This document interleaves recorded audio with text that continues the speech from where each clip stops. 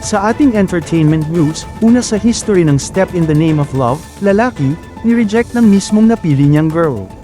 Usap-usapan ngayon sa social media ang naging kontrobersyal na eksena sa segment ng Step in the Name of Love ng It's Showtime, matapos tumanggi ang isang searchee. Sa napiling match ng searcher, isang pangyayaring kauna-unahan umano sa kasaysayan ng segment.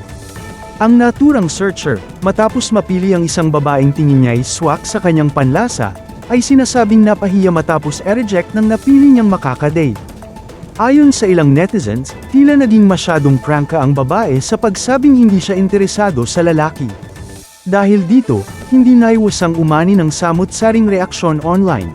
May mga nagsabing buti raw at naging totoo ang babae. Habang ang iba na may naawa sa lalaking searcher na nakitang halatang nasaktan at napahiya sa harap ng studio audience at milyon-milyong nanonood sa national TV, lalo't hindi lang sa isang estasyon ng TV ipinapalabas ang programa. Mapapanood ang It's Showtime sa All TV Channel 2, A2Z at GMA.